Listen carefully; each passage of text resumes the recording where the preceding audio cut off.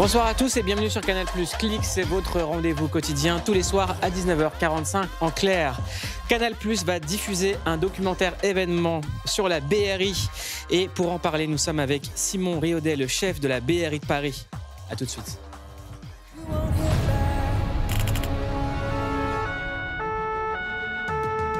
Nous sommes parmi vous, presque invisibles. Ah ouais, c'est chaud. Mais prêts à donner notre vie pour lutter contre le terrorisme et le grand banditisme. Vas-y. Nous intervenons dans les situations extrêmes quand il n'y a plus d'autre recours. Allez, c'est parti. Quand il n'y a plus d'autre rempart contre le chaos. Nous sommes la brigade de recherche et d'intervention de Paris. Nom, prénom, identité, vos papiers s'il vous plaît. C'est ça, Simon Riaudet, Ouais. commissaire divisionnaire, chef de la brigade de recherche et d'intervention de la préfecture de police. Vous êtes avec nous pour décrypter ce documentaire événement. Ça s'appelle BRI, la série documentaire. Et en fait, on vous reçoit pour en parler parce que c'est une série documentaire où on plonge dans les coulisses et le quotidien des gens de la BRI. On a plein de questions à vous poser. Et en fait, on va faire découvrir ce soir aux gens qui nous regardent tout l'univers de la BRI. La série a été un carton sur Canal. C'est plus une série, c'est vraiment la BRI. Ouais. Et ce qu'on a essayé de faire avec ce reportage, c'est de rentrer vraiment à l'intérieur de la BRI, de prendre le temps et se laisser le temps de démontrer en fait les différentes missions, la manière dont elles s'entrechoquent. La vérité, c'est que c'est un sujet très sérieux. Qu'est-ce que ça veut dire BRI? Brigade de recherche et d'intervention. Quel niveau ça veut dire quoi le R de recherche en fait? On le place En fait, le R de recherche, c'est la capacité de faire des enquêtes. On part de zéro. On peut partir d'une voiture volée, d'une information qui nous est donnée par un informateur. Et puis derrière, on va gratter. On va gratter l'information, on va faire des surveillances, des filatures, afin d'essayer de savoir ce que des criminels vont faire et de les interpeller avant qu'ils commettent les faits. Normalement, les intervenants de la BRI sont tous masqués. Pourquoi est-ce qu'ils sont tous masqués? Alors parce qu'on a besoin d'être anonyme, on a besoin de pouvoir travailler sans être reconnu. Donc effectivement, à part leur chef, puisque je ne suis pas là masqué, ces opérateurs ont besoin de cet anonymat qui les protège aussi. Ils sont responsables de l'intervention dans Paris. Donc à ce titre-là, ils ont un décret qui protège leur identité, leur anonymat. En étant le chef, donc plus masqué, vous n'avez plus le droit d'aller sur le terrain ou vous pouvez encore y aller? Alors, je peux y aller encore. Par contre, effectivement, je vais moins m'approcher des cibles quand on est en judiciaire. Et puis, j'y vais aussi et surtout sur les grosses interventions, donc en noir, les prises d'otages, les forcenés, etc. Dans le documentaire, on voit que c'est un quotidien avec des interventions, des filatures, et il y a plusieurs cas. Donc, il y a également des surveillances, l'interpellation criminelle, il y a des gens du grand banditisme, il y a suivre des gens qui préparent des go-fast, il y a la traque de narcotrafiquants en cavale, il y a également une prise d'otage. Dans le documentaire, il y a également des gros moments de tension. On est embarqué avec vous. Comment est-ce que vous avez accepté qu'on vous filme et est-ce que vous avez laissé tout à l'image? Est-ce que tout ce qu'on voit dans le documentaire, ça a été contrôlé ou pas? Alors non, on n'a pas contrôlé ce qui est dans le documentaire. Par contre, effectivement, l'engagement avec les reporters, c'était qu'ils s'impliquent vraiment. C'est plus de 6 mois de tournage dans des conditions pour eux qui sont très proches de celles des opérateurs, c'est-à-dire des réveils de nuit, des journées qui durent 14, 15, 20 heures. Et cette immersion en fait, de ces journalistes, elle permet d'avoir des images réelles qu'on n'aurait pas pu avoir sans cela, et d'avoir ce résultat en fait, qui colle beaucoup à la réalité. On a entendu parler de la BRI dans la lutte contre le terrorisme, lors de l'Hypercacher, du Bataclan ou de l'assaut à Saint-Denis contre Abdelhamid Abaoud. Mais il y a d'autres choses. Il y a notamment la saisie de drogue. Cette année, la police a saisi 156 tonnes de stupéfiants. Où est-ce que vous les rangez? On les brûle, on les détruit, en fait. Donc effectivement, c'est une activité qui nous prend un tout petit peu de temps puisqu'il faut convoyer cette drogue, une fois qu'elle a été saisie, vers les incinérateurs pour la détruire dans des conditions sanitaires qui évitent en plus qu'on fasse une pollution. Oui, c'est ça. Et que vous soyez fonce-dé aussi, parce que les vapeurs... Les vapeurs pourraient être dangereuses, donc on évite. On va regarder un extrait du documentaire qu'on va commenter, c'est ce qu'on va faire pendant toute cette émission. C'est un go-fast. C'est quoi un go-fast, pour ceux qui ne connaissent pas? Alors un go-fast, c'est une technique qui apparaît dans les années 90, qui consiste à prendre des véhicules très puissants et convoyer la drogue depuis l'Espagne vers les lieux de deal, en fait, en France. Et puis, petit à petit, cette technique, elle a évolué, c'est-à-dire qu'on a utilisé des véhicules presque aussi rapides, mais surtout un peu plus discrets pour se fondre dans la masse. Et c'est ce type de go-fast sur lequel on travaille dans le reportage. On regarde et on commente. Les véhicules ont clairement pris le sens d'une remontée Paris. Et donc en urgence, le groupe va se constituer et je vais rejoindre le groupe pour participer à cette interpellation.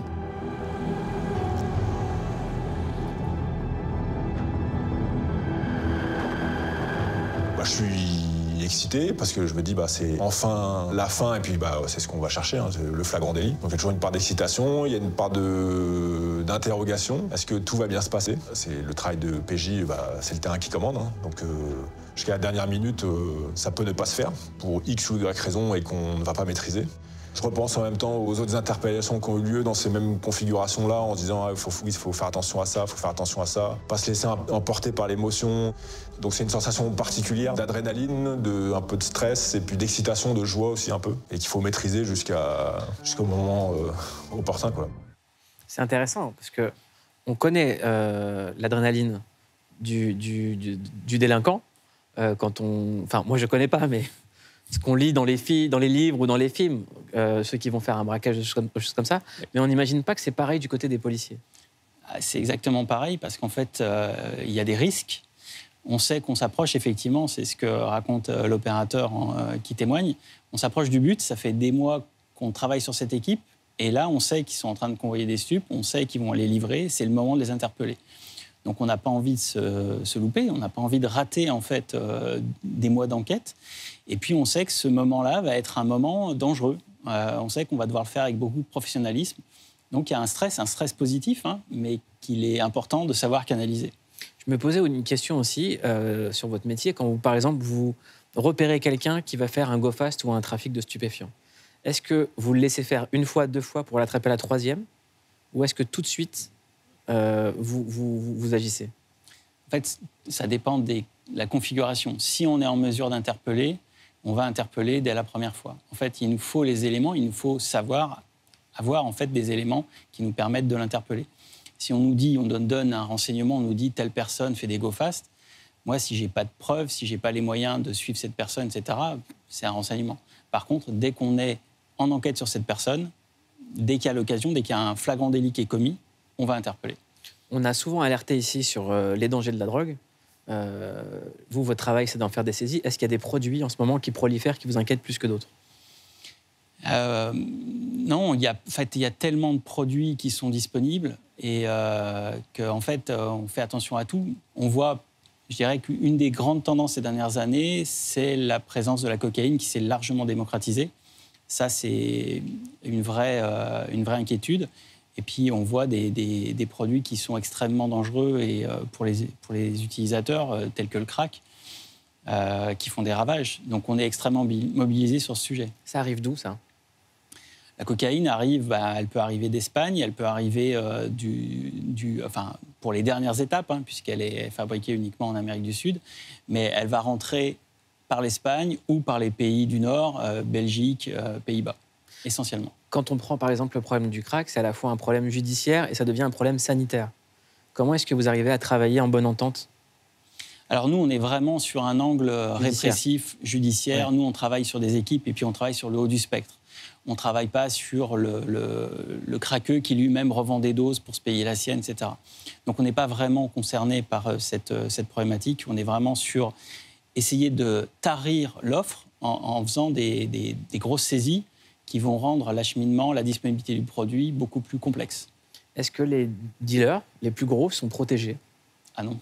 Non. Non, ils tombent. Et en fait, ils tombent toujours. C'est une question de temps. Ça, c'est les questions. Je vous pose toutes les questions qui génèrent des fantasmes. On dit souvent, on arrête les petits et les gros, ils prolifèrent. Je vous pose la question.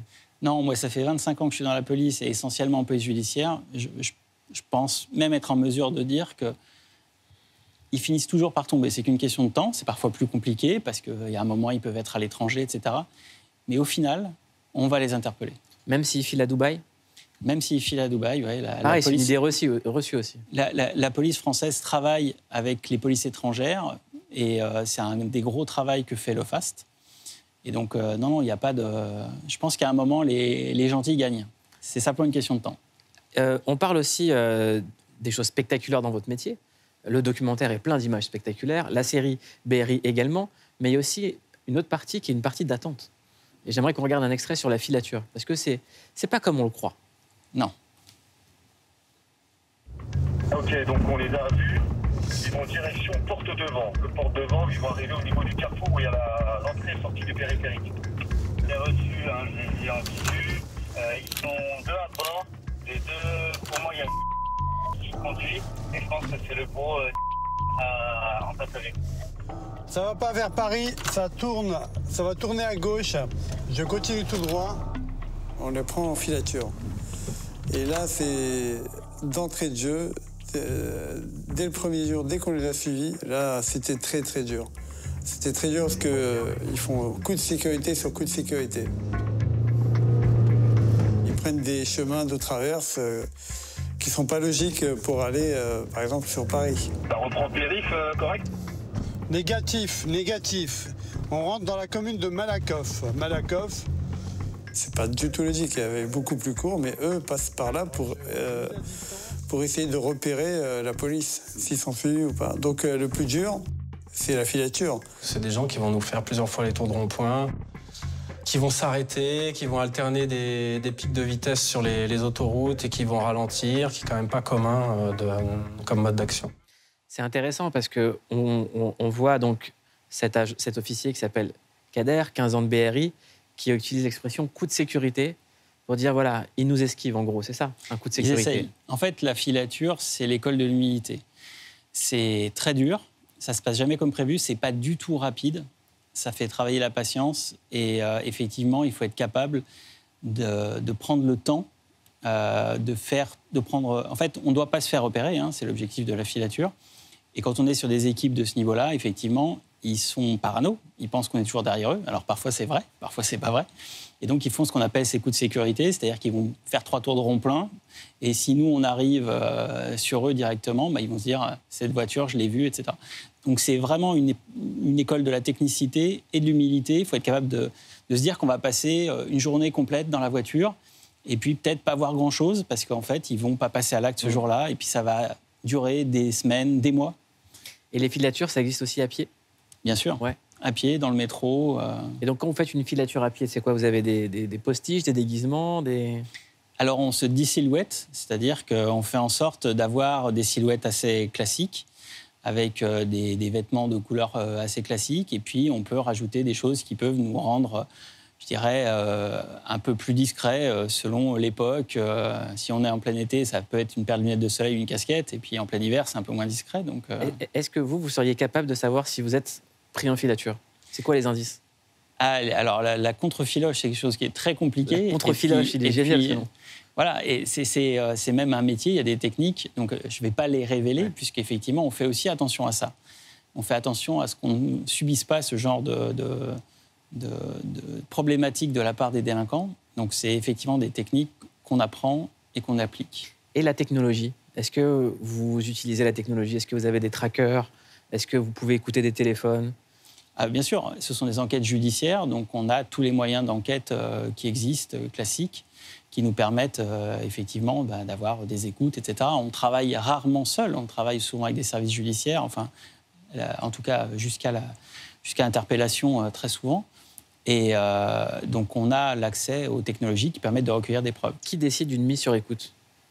C'est un juge. C'est un juge, d'accord. Juge d'instruction. Et donc vous avez une technologie pour écouter n'importe qui? On a des technologies qui nous permettent de faire des interceptions. Par exemple, vous pouvez m'écouter? Alors non, parce qu'il n'y a pas de raison qu'on vous écoute. Il faudrait que j'ai des raisons de vous écouter. Et est-ce qu'on peut savoir si on est mis sur écoute ou pas? Non. Non, c'est ça. Heureusement. Donc je suis un peu paranoïaque. On voit aussi l'importance d'un autre métier, parce qu'on a vu aussi plein de films dessus, c'est le métier du négociateur. Là, par exemple, j'aimerais qu'on regarde un extrait où vous intervenez parce qu'un homme est retranché dans son appartement avec dans sa main une grenade. Regardez. Ça dure un bon moment avant de pouvoir établir un contact. Tu l'as pas eu? Non, j'ai pas eu. Pas de réaction. Je laisse un message sur répondeur. Ah d'accord, ok. Je l'appelle à plusieurs reprises, il n'y a pas de réponse.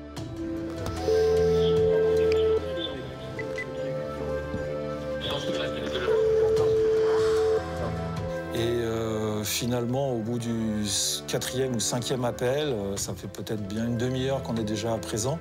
Ok. Ça, il y a un contact téléphonique.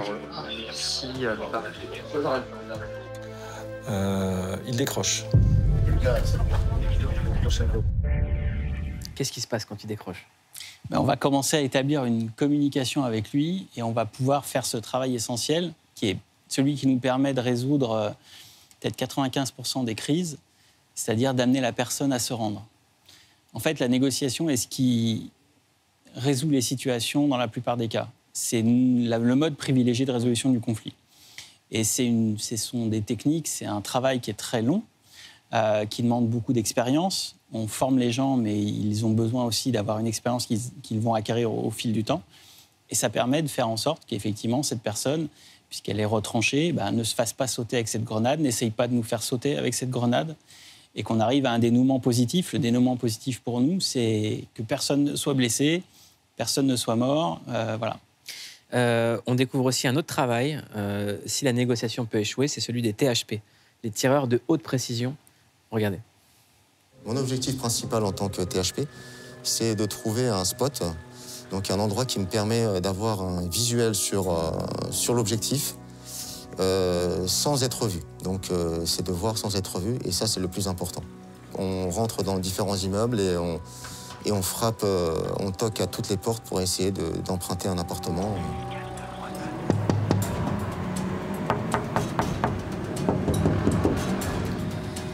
Donc à la grande surprise des habitants parisiens, on peut effectivement débarquer chez eux avec tout notre arsenal, et ça peut être surprenant pour eux.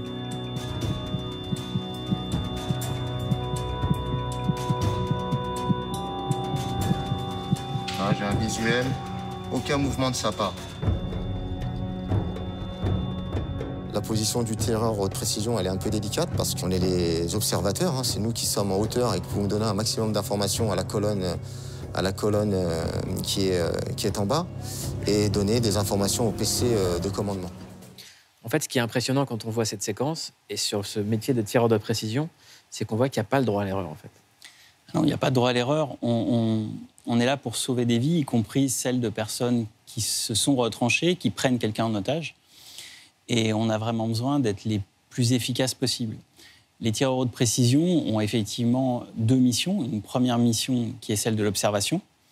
En fait, ils permettent de renseigner, parce qu'ils sont sur une façade en face, ils permettent de renseigner avec une vision qui est différente le responsable de la crise, donc moi en l'occurrence. Et puis, ils peuvent être amenés, s'il y a, par exemple, un risque sur un otage, s'il y a, à neutraliser la personne dans le cadre de la légitime défense. Donc, c'est un métier sur lequel on ne peut pas avoir... Il n'y a pas de place pour l'erreur. Il faut voir la question de la crise, un peu... Mon rôle, c'est le rôle d'un chef d'orchestre. J'ai plein d'instruments différents. La négociation, qui est au contact, en général par téléphone ou à la voix, avec le preneur d'otage. J'ai les tireurs haute précision qui vont apporter une vision en général d'un point haut et assez direct. J'ai des colonnes d'assaut, j'ai des moyens techniques avec des endoscopes par exemple. J'ai une masse de moyens différents, de savoir-faire très spécifiques. Et mon rôle, c'est de faire en sorte que tous les instruments jouent une partition qui est différente, mais qui ensemble est cohérente. Et moi, j'ai la vision la plus objective, un petit peu en recul, et qui me permet de prendre des décisions pour qu'on sorte de cette crise sans que l'otage ne soit blessé et, si possible, sans que le preneur d'otage ne soit blessé aussi. La prise d'otage, c'est une situation extrême. Dans ce documentaire, il y a aussi l'histoire d'un gang d'hommes qui attaque des distributeurs de billets automatiques. Et on va voir une séquence où c'est 9 interpellations en simultané. Le hall numéro 8.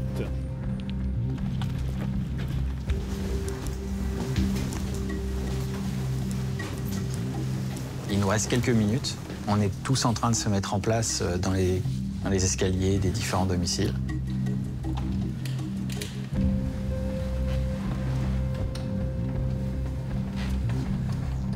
Et chaque colonne d'assaut met en place son effraction et les top interpels sont donnés.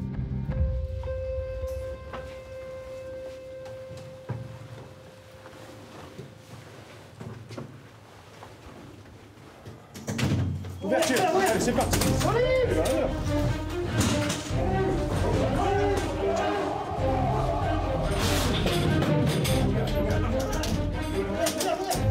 Police!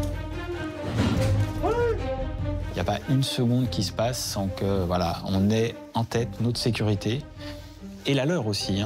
C'est pour ça qu'on a des moyens qui nous permettent de rentrer très rapidement des domiciles et d'être très efficaces, de neutraliser tout de suite les gens qui, même s'ils souhaitaient, s'ils voulaient être agressifs à notre égard, n'auront pas le temps de l'être. Dans une situation comme ça, qu'est-ce qu'on fait des voisins ou des familles ou... Alors, on fait très attention, puisque c'est à 6 h du mat', il y a des voisins tout autour, et on fait en sorte que l'interpellation se passe sans risque. Donc on protège en fait les habitations qui sont autour. Et l'idée, effectivement, c'est d'aller très vite, que les personnes n'aient pas le temps de se saisir de leurs armes en général. Donc cette simultanéité, cette précision, je veux dire, ça se passe en 10-15 secondes. La porte est ouverte, l'individu se retrouve face à nous, il comprend qu'on est déterminé, qu'on est entraîné, il va être menotté. Voilà. Et donc là, il y a à nouveau de la sécurité pour lui aussi. Ça a déjà mal tourné? Ça peut mal tourner, on a de la chance. En tout cas, moi, depuis 3 ans que je suis à la BRI, ça s'est toujours bien passé. Simon Riaudet, patron de la BRI, merci d'être venu à visage découvert dans Click. Et je vous conseille de cliquer sur la série documentaire BRI sur Canal+, c'est la série événement. J'espère qu'on vous aura donné envie. Passez une excellente soirée sur Canal+.